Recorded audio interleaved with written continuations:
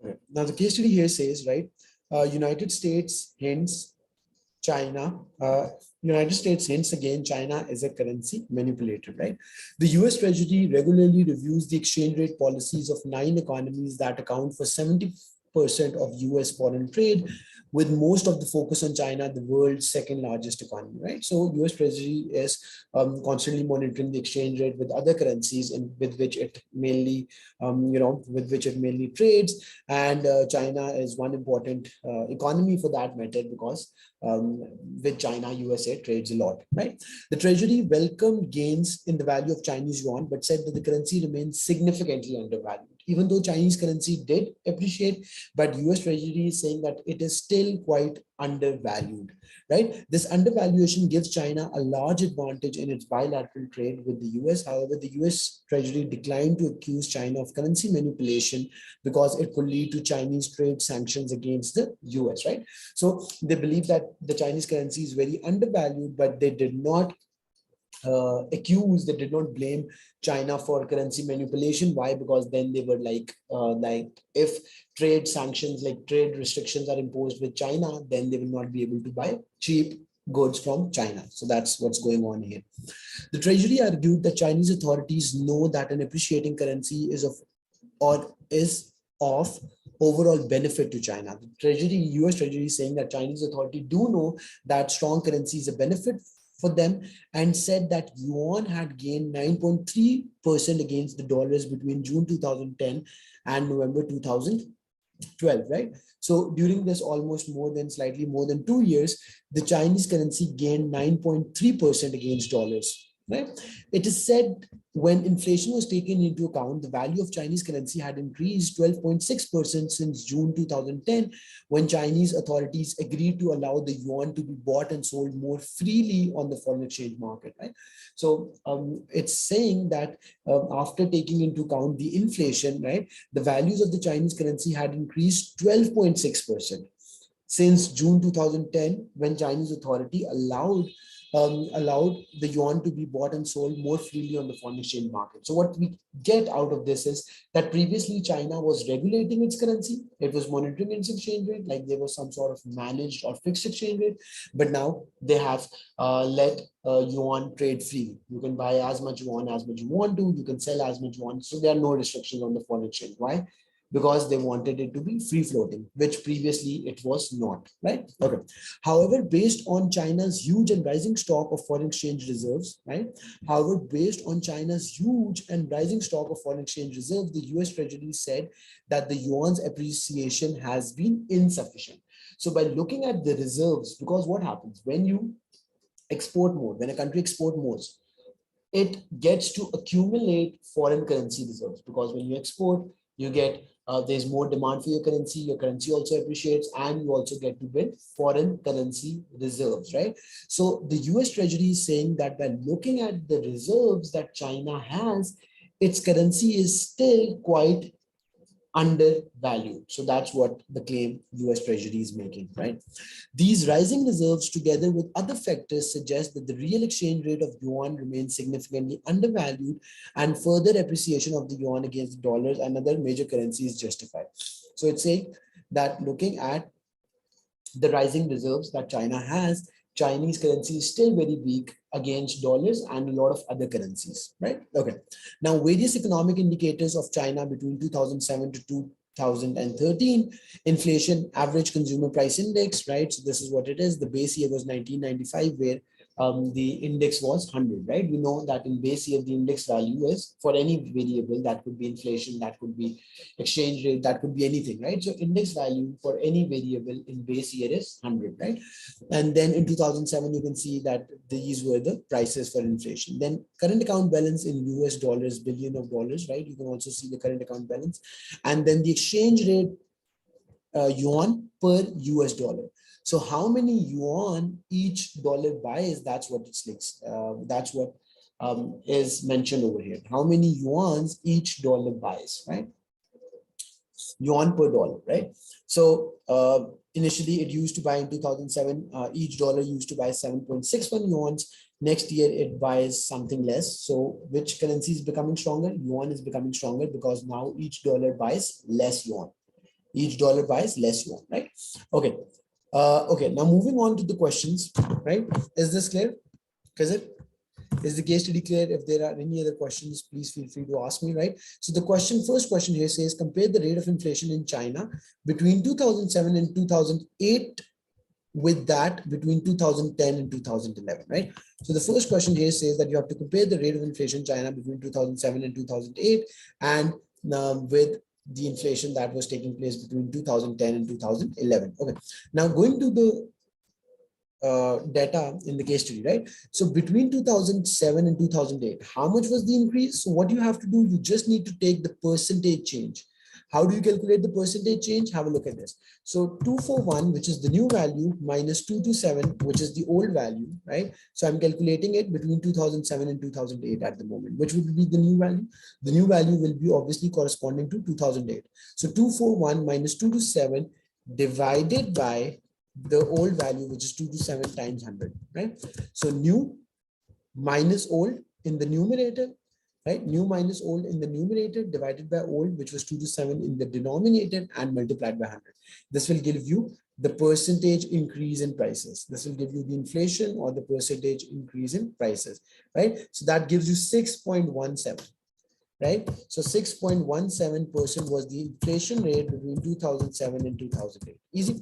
Now you'll do the same calculation, similar calculation for 2010 and 2011. So 261 and 247, right? So what will be the new value then? 261 minus 247 new minus old divided by old times 100, correct? Right? And that will give you, let's see what value does that give you, right? So let me verify one more time. 261,247 divided by 261 minus 247 divided by 247 into 100, right? And yes, that is 5.67 or 5.66. Absolutely correct, right? 5.67%, right? Okay, now have a look at this. Now you can see, since the question was asking you to compare, so first of all, you calculated the two exchange rate, sorry, you calculated the inflation rate in 2 years, which were being asked in the question, and then you will say that the inflation rate decreased in 2010 and 2011 compared to 2007 and 2008, right? So inflation rate decreased, it's lower, exactly, that's what you say. It's lower during, or you can simply use the word inflation in China was lower during 2010 and 2011 compared to 2007 and 2008. As simple as that, right? So show the calculations and then 1 mark for comment, whether it increased, decreased, what, right? Then moving to the next question here, right? The next question says, explain briefly how exchange rate, how foreign exchange value of a currency is determined in a free market, right? Explain briefly how the foreign exchange value of a currency is determined in the free market, right? So you can start off by answering this question by simply giving the definition of exchange rate, right? So you can say exchange rate is the value of one currency in terms of another currency, right? So you just start off by defining what exchange rate is. Exchange rate is the value of one currency in terms of another currency. Easy. After you've mentioned this, then you'll tell what a free market is. Free market is when value of exchange rate, or you can simply say exchange rate, free market is when exchange rate is determined by the market forces of demand and supply and no other factor, right? So what did we say over here, right? So we said that what is a free market? So free market, we know, is where there's no government intervention. When the exchange rate is determined by the market forces of demand and supply of any currency, and there is no external influence affecting the value like government intervention.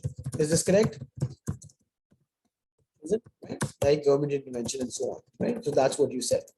Okay, now after you have said that, then what will you do next, right? So even though the question doesn't say that you have to make a graph, but if you want to make a graph, you can, right? I'll show you how to make a graph for that, right?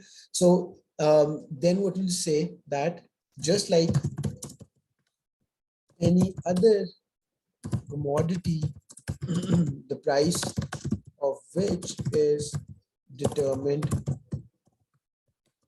by market supply and market demand, the value of a currency is also based on its demand and supply, right? Is this correct, right? Now let's look at how the graph looks like. So if you remember, we have looked at this exchange rate graph a couple of times before, right? So it's a very simple, straightforward graph where you have on the y-axis, you have, let's say we are looking dollars against pounds, right? So on the y-axis, you'll have how many pounds can each dollar buy? So pounds per dollar. That means how many pounds can each dollar buy? And what will you have, what variable you have on the x-axis? So whichever of the two is the second currency. In this case, dollar is the second currency. So that's the currency which you will have on the x-axis. So it will be quantity of dollars. So quantity of dollars will be on the x-axis, correct? Right? Then what you need to draw next, you have to draw a downward sloping demand curve and an upward sloping supply curve, right? Is this correct? So it will be S1 is the supply of dollars, D1 is the demand for dollars, and where the two intersect, that will be your exchange rate, right? This will be your exchange rate, will show you, which shows how many pounds each dollar buys. So let's assume 2 pounds, each dollar gets to buy 2 pounds, right? So each dollar gets to buy 2 pounds. That's how exchange rate value is determined in free market, right?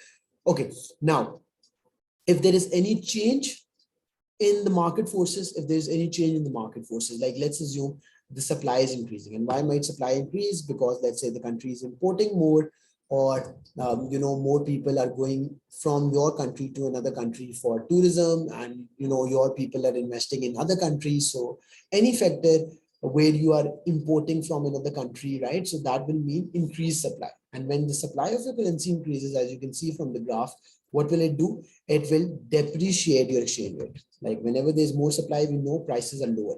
So similarly, in this case as well, when there is more supply, lower value, and when there is more demand, higher value. Yes or no? So now let's say each dollar only buys 1 pound, whereas previously it used to buy 2 pounds. Correct? Right? So you can make use of this graph, even though it's not being asked for in the question. I mean, just in case you are feeling comfortable, you can do that, right? So what did we say? Just like any other commodity, the price of which is determined by market supply and market demand, the value of currency is also based on its demand and supply. And then you can write one more line: higher the demand for a currency, more exports. So when does the demand of a currency increases? When you are exporting more. Due to more exports, tourists coming to your country, or foreigners investing in your country, the currency, the exchange rate value will be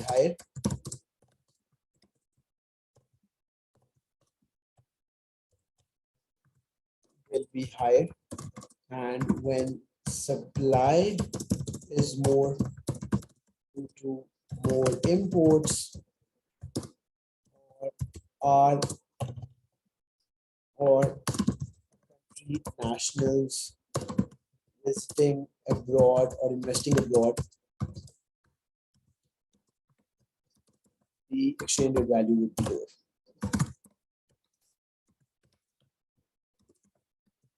Any confusion so far, right? Is this clear? Right, Khizr? So the question was saying, explain briefly how the foreign exchange value of a currency is determined in the free market. We know free market is, where it's only the market force of demand and supply that determine the value of exchange rate, and there is no government intervention and no external influences. So that's exactly what we wrote. Exchange rate is the value of one currency in terms of another.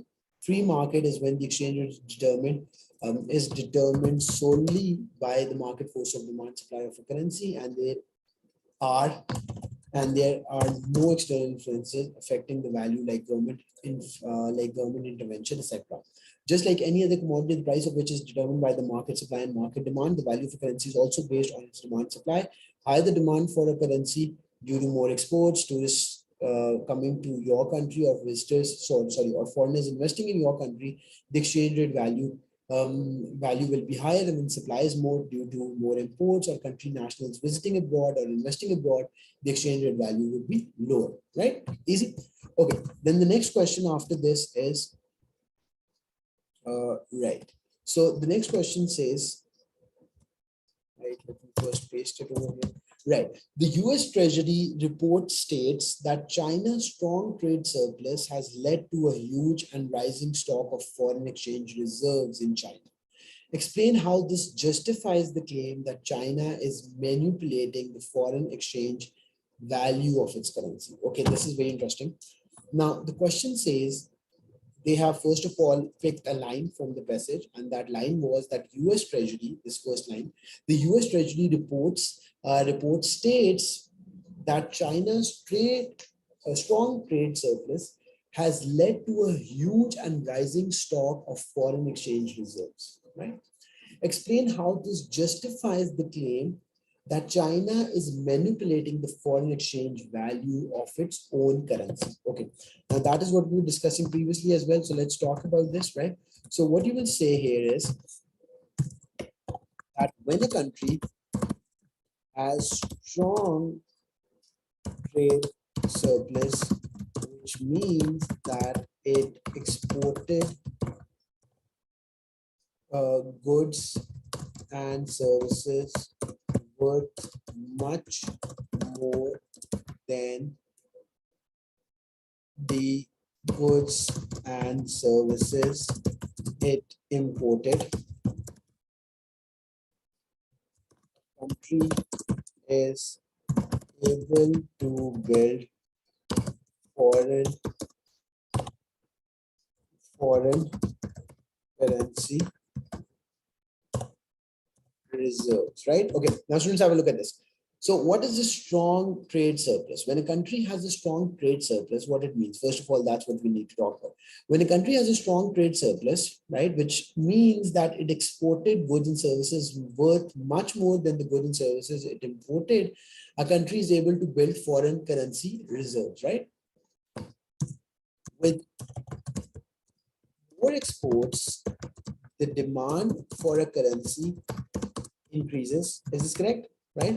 So what happens? Think about this. When you're exporting a product to another country, so either they will pay you in your currency or they will pay you in dollars. Now you have to listen to this carefully, is it? Now let's talk about both scenarios.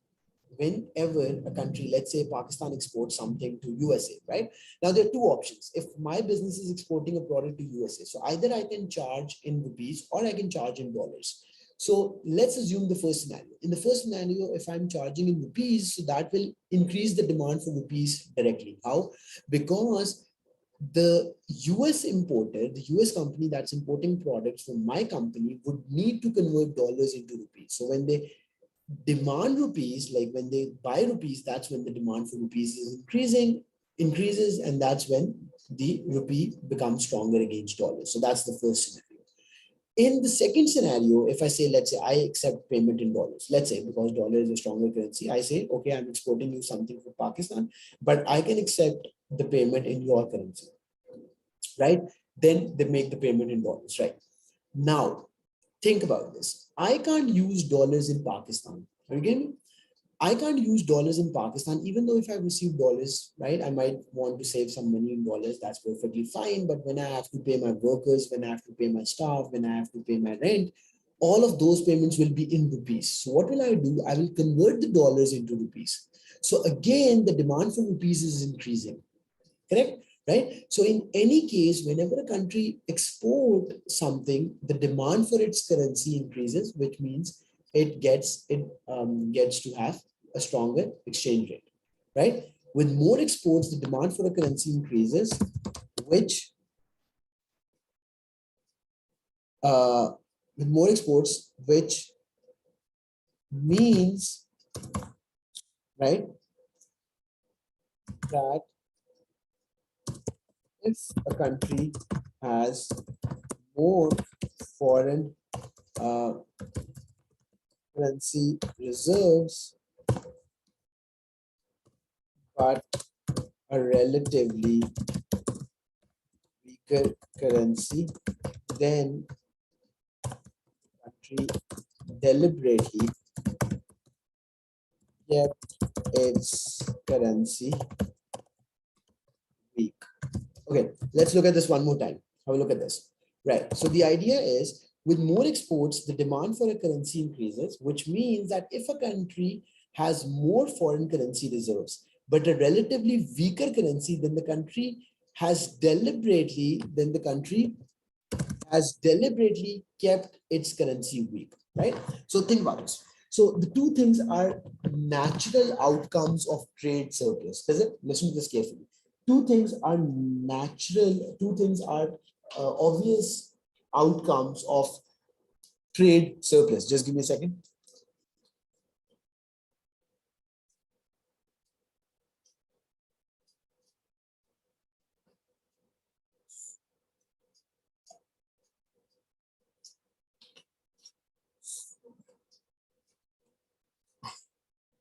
Okay, think about this. So when a country has a trade surplus, what it means that during that time, the country exported goods and services worth more than the goods and services that it imported. Simple. Now, when you have a surplus, first thing that happens that the demand for your currency increases. And how the demand increases, I've just explained you, because they make the payment either in your currency, or even if they make the payment in their currency, like the importing country is making the payment in its own currency, even then you have to get that foreign currency converted into local currency to make the payments and all that, right? So in either case, the demand for your currency will increase, right? Which means that your currency should become stronger. Okay. Now, and also, when a country has a trade surplus, its foreign currency reserves increase. Why? Because not all of that, not all the money that you have received from exports will be converted into your own currency. You might have kept some in the same currency, right? So overall, your foreign currency reserves are increasing. Or another way to look at it is when you export something and you receive the payment, and then you later convert your that foreign payment into local currency, who gets to accumulate reserves? The country banks and the country central bank gets to, because they are the institutions that convert your amount from foreign to local currency, so they get to build foreign currency reserves. So the two things should go hand in hand. The more the trade surplus, the more the foreign currency reserves, and higher or stronger should be your exchange rate. But if one of the two things is not happening, which is the exchange rate, that clearly indicates that a country has deliberately kept its currency weak. Right? Correct? So that's what you were supposed to write in this, right? So, right? Right? So even though, another thing that you can write over here, even though Chinese currency did increase, that's what the case study says, did increase a little bit in the past, but considering the rise in its foreign currency reserves, the rise in exchange rate should have been much more, right? So that's what we are saying over here, right? So even though Chinese currency did increase a little bit in the past, right, which the case study itself says, but considering the rise in its foreign currency reserve, the rise in exchange rate should have been, but considering the rise in its foreign currency reserves, right, the rise in exchange rate should have been much higher. Easy? Okay. Then the next question here says, explain why China's current account is expected to increase in 2013 despite the rise in prices in China and the appreciation of yuan. Right?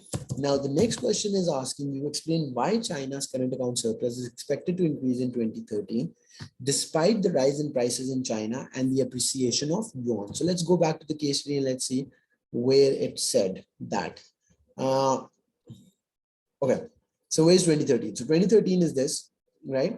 And you can see it's a projected value. It's a forecast, right?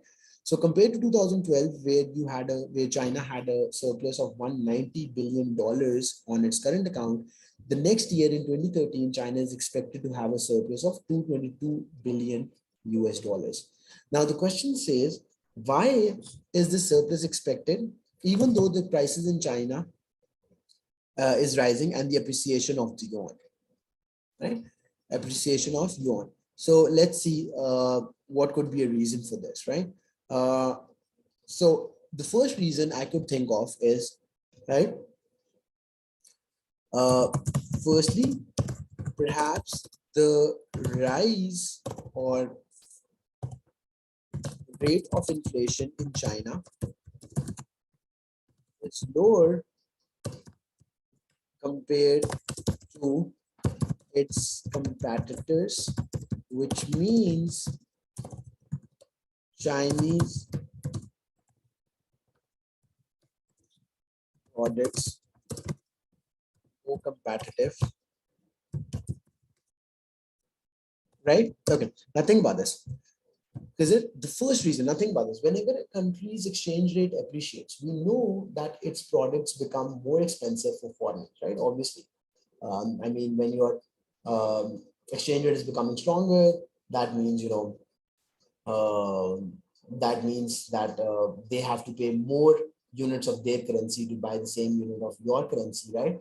So that means your products will be expensive and they'll buy less. Okay, this is what the question says. And exactly is the case when the rise in prices, despite the rise in prices in China, right? So we are not saying that the prices in China did not rise. Now, this is a very important point, and I want you to be very careful with this. Even though prices are rising in China, but so would have prices risen in other countries as well, right? So let's say if China exports cotton and India and Pakistan also export cotton. Now, even though prices of cotton are rising in China, but the rate of increase in prices of cotton for Chinese products might not be as much for the Indian and the Pakistani. Again, so even though cotton prices, we're not saying the cotton prices did not rise in China. Those they did, right? But the rise in prices of cotton in China was lower compared to the rise in prices for Indian and Pakistani cotton. So that makes their products more competitive. Easy. Okay, then what else? What is current account made up of? Think about this. So it's not just about trade in goods or trade in services, but so trade in goods, trade in services, income, and current transfers. So these are the four, right, subgroups within the current account, right? Now, that's one point that we have mentioned. Then what about income? What does income include? Do you remember? So income is the income that your people generate on foreign held assets minus the income that foreigners generate on local held assets, right? Income that our nationals, I'll give you examples, generate on foreign held assets like dividends. When you invest in stocks, you get dividends, right? Profit or rent from property, etc. Minus income that foreigners earn on local held assets, right? Now, what does income section of the current account include, right? So the income section of the current account of a country includes the income that our nationals are earning on foreign held assets, right? So perhaps from the investment that they have made in stocks or things like that, or rent that they get from the property that they have bought in other countries, minus the income that foreigners are earning on our assets. Like if an American has bought some property in China, so that would be outflow. That would be outflow of cash from China. So that's why it's coming with the negative sign, right? Income that foreigners earn in local assets, right? So if during this period, 2012 and 2013, China might be expected to receive more income from abroad, making the income balance of making the income balance on current account positive. Is this correct, right? So if China is expected to receive more income from abroad, making the income balance on the current account more positive, right? So that's another thing, right? Then what does current transfers include? So current transfers include, so your current transfers include uh, your unilateral transfers. Like one-way transfers are known as unilateral transfers. Lateral transfers like remittance, when some of your people are working abroad and they are sending money back home, and government level transactions like loans and aid, right? So if that's the case, right? So what are current transfers? Current transfers are one-sided. Unilateral means one-sided, bilateral means two-sided. So why trade in goods and trade in services is bilateral? Because if you export something, you give away your products, and in exchange, you get the money, you get the cash, you get the payment. Yes or no, right? So that's two-way. You're giving one thing and you're receiving one thing. But when we say unilateral, that's one-sided, it's only flowing from one way. So if Chinese are working abroad and they're sending money back home, so I mean, we are not giving them any, like the people in China are not giving anything back to those people who are sending the money. They are sending the money to their families, and there is nothing going out of China in exchange, right? Correct. So these are unilateral transfers. Okay.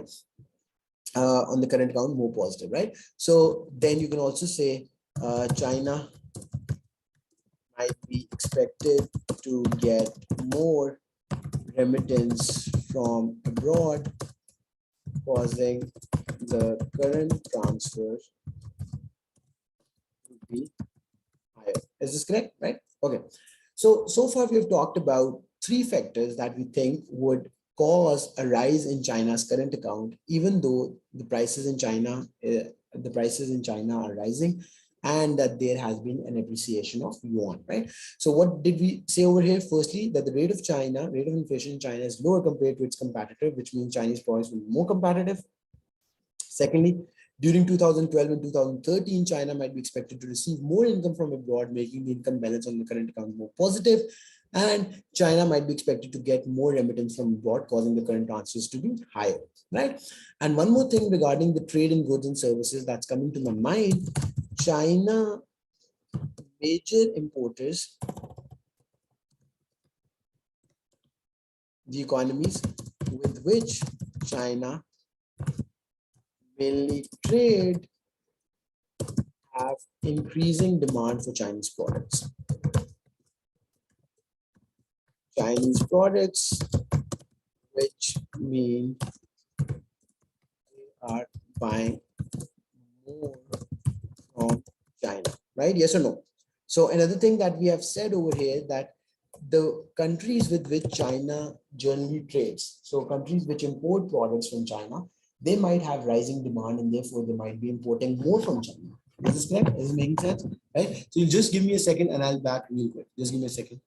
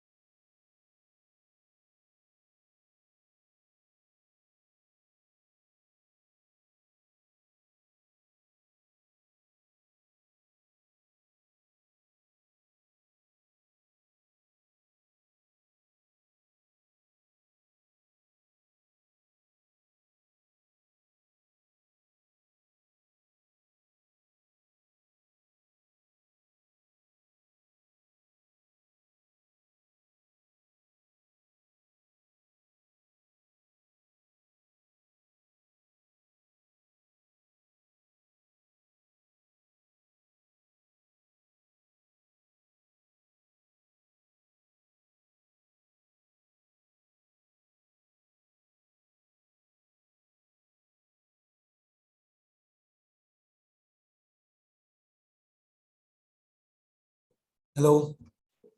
Okay, Teja, can you hear me now? Okay, so let's recap this question and then move forward, right? So the question is saying explain why China's current account surplus is expected to increase in 2013 despite the rise in prices in China and the appreciation of yuan, right? So by looking at this table, we can tell that compared to 2012 and 2013, as per the forecast, China's current account balance is expected to be higher, right? Now, what are possible reasons for that? That's what we're trying to say. Firstly, the rate of inflation in China is lower compared to its competitors, which means Chinese products will be more competitive. Secondly, could be that the economies with which mainly trade with China have increasing demand for Chinese products, which means that they are buying more from China. Another thing that is very relevant over here, the price elasticity of demand. Do you remember? It's always the price elasticity of demand that affects the total revenue that you earn. So when your prices are increasing, but the demand for your products is price inelastic. What does price inelastic mean? That even though if products are becoming expensive, the demand for your goods doesn't decrease a lot. The price elasticity of demand for Chinese products is inelastic, which means that even though prices in China are higher, but countries importing these products from China will keep importing. It's making sense, right? So even though right, that Chinese products are more expensive compared to before, but since the demand for these products is inelastic, which means that the demand, like these are necessities, right? So China might be importing some food items, China might be importing some machinery or raw material. Raw material is an ideal example, like raw material, right? So other countries cannot afford to give up on the demand for raw material because their industries will then not be able to run. Raw material, machinery also has inelastic demand, and food items, right? Which are necessities. So then China would get to earn more revenue. And other reasons that we identified, that this surplus might be coming from the other two sections of the current account. What are those two other sections? So income. What is income? Income is the income that your nationals earn from the property abroad. So if that's the case, then that would mean a surplus. And secondly, current transfers. What are current transfers? Current transfers are unilateral transfers from one country to another, right? So if there is expected to be more remittance flowing from Chinese working abroad to their homes in China, then that would also mean higher current account balance for China. Correct? Okay. Now that was the next thing, right? And now comes in the last part, which says, do you agree with the view that US Treasury, let me paste the question first. Do you agree with the view that the US Treasury, with the view of the US Treasury, that an appreciating currency is of overall benefit to China? Right? Now, as we know that for the last question, which starts off, either with the statement, do you agree or discuss and so on, you have to write both sides of the argument. You can't just write one side of the argument, you have to write both sides of the argument, right? So what you will say, do you agree with the view that US Treasury, with the view of the US Treasury, that an appreciating currency is of overall benefit to China? So in the yes part, what will you say? Firstly, imports will be cheaper.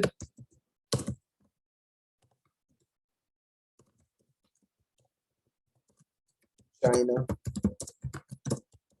it will be spending less on imports for inelastic goods, right? So think about this. What are inelastic goods? Inelastic goods are the ones that you have to buy no matter what, right? Yes or no? So if Chinese currency is becoming stronger, right? So how will China benefit out of it? That's the first thing that we're talking about. So if Chinese currency is appreciating, how will China benefit out of it? That's the first thing that we're talking about. So what I wrote over here was, yes, firstly, the imports will be cheaper for China, which means that it will be spending less on imports for inelastic goods. However, the opposite side to this, now this is very important, right? However, if the imports for China have a more elastic demand, then,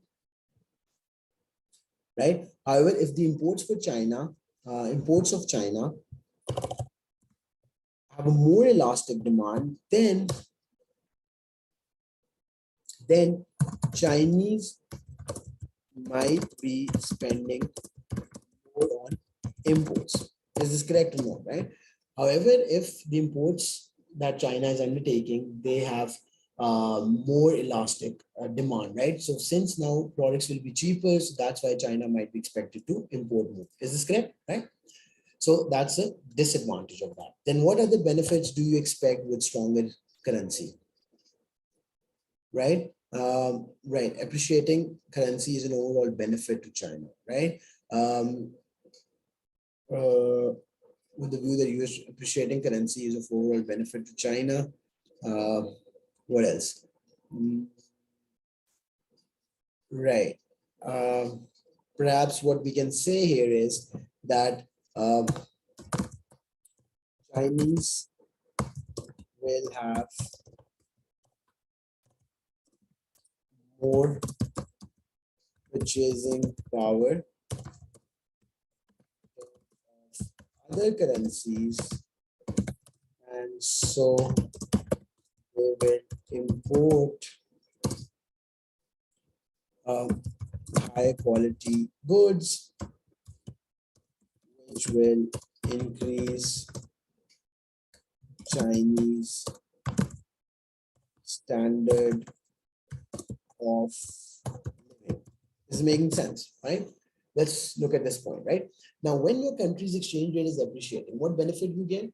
You get the benefit of cheaper prices. For foreign products, you get to you receive lower prices because your currency is stronger. So you, in your terms, in your currency terms, you have to pay less for foreign goods. And when that is the case, then you will have more purchasing power in terms of other currencies. So you will import high quality goods, which will increase Chinese standard of living.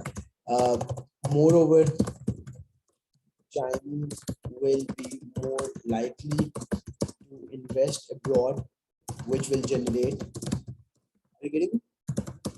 Generate income in the future. So when my currency, my country's currency is becoming stronger. So when rupee is becoming stronger against, let's say, dollars or any other currency, then I'm more likely to invest in foreign country. Why? Because I will get to invest more amount, and with that, in future, I will get to receive more income. So if I invest in US stock exchange, because rupees is becoming stronger against dollars, so in future that investment would generate me more return, and that would increase the surplus on Pakistan's current account. Is this making sense, right? Making sense, right? So that's another benefit, right? More on imports.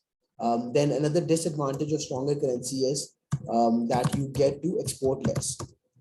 Stronger currency would decrease Chinese exports as Chinese products will be more expensive for foreigners, right? Right. So that's also a disadvantage, right?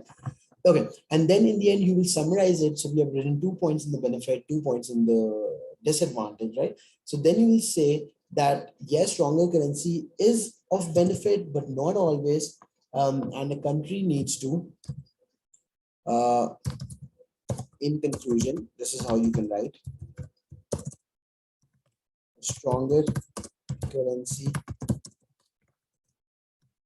crucial for an economy, but not always. And a country should try to balance benefits with the disadvantages that stronger currency brings, right? Is this correct? So that's the idea. Okay, now let's go back to the marking scheme and let's quickly look at the answers and let's see if we have answered all of these questions correctly or not, right? Okay, now the first question was asking for comparison. So between 2007, 2008, 6.16 and 5.55 or 5.66, whatever, right? And so it's lower, right? So we get 2 marks for that. Explain briefly how the foreign exchange value of a currency is determined in a free market. For recognition that foreign exchange value depends upon supply and demand for the currency in the foreign exchange market, we did mention that. For identification of one source of supply and one source of demand for the currency. So we did mention that, right? We did say that the demand for currency is dependent on exports, tourists coming to your countries, and foreigners investing in your country, right? And similarly, we did mention the factor for supply, and what was that? So when our nationals are visiting abroad, that increases supply. When our people are investing abroad, that increases supply, and so on, right? Correct? Okay. For a diagram. So I did tell you, right? Even though the question did not ask for a diagram, but a diagram showing a shift in supply or a shift in demand and the changes in equilibrium and the shift in, right? So that also gets us 1 mark. Okay. The US Treasury reports that China's strong trade surplus has led to a huge and large rising stock of foreign exchange reserves in China. Explain how this justifies the claim that China is manipulating the foreign exchange value of its currency.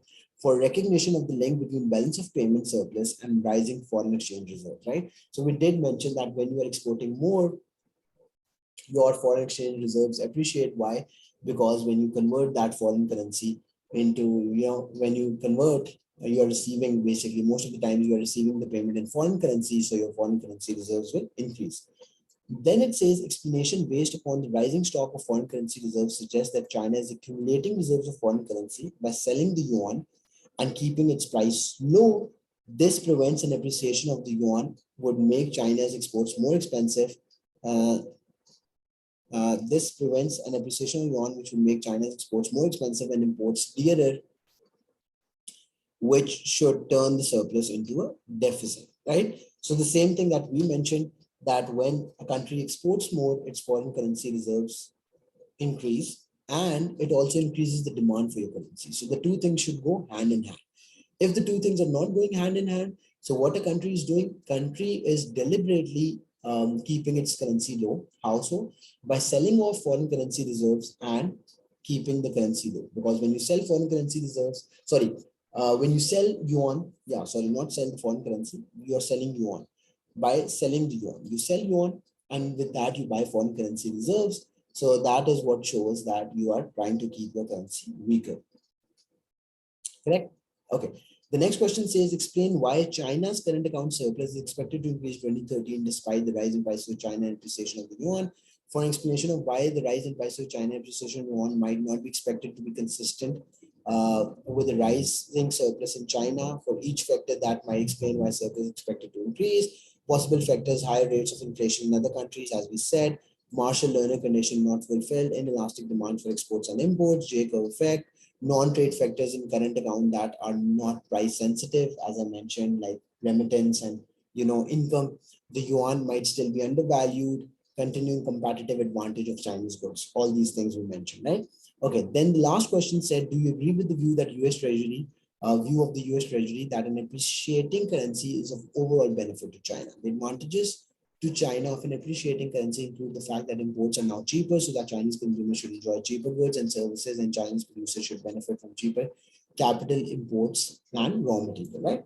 We did mention that. In addition, the fall in net exports that should result would reduce inflationary pressures in China. So if you're importing cheaper raw material, that would reduce the inflation rate in China. That's what it says. For disadvantages, the disadvantages include the fact that Chinese external balance should diminish, leading to a threat to producing and employment in exporting industries, right? Exactly. So when you export less, right? When you export less because your currency is appreciating, what would that do?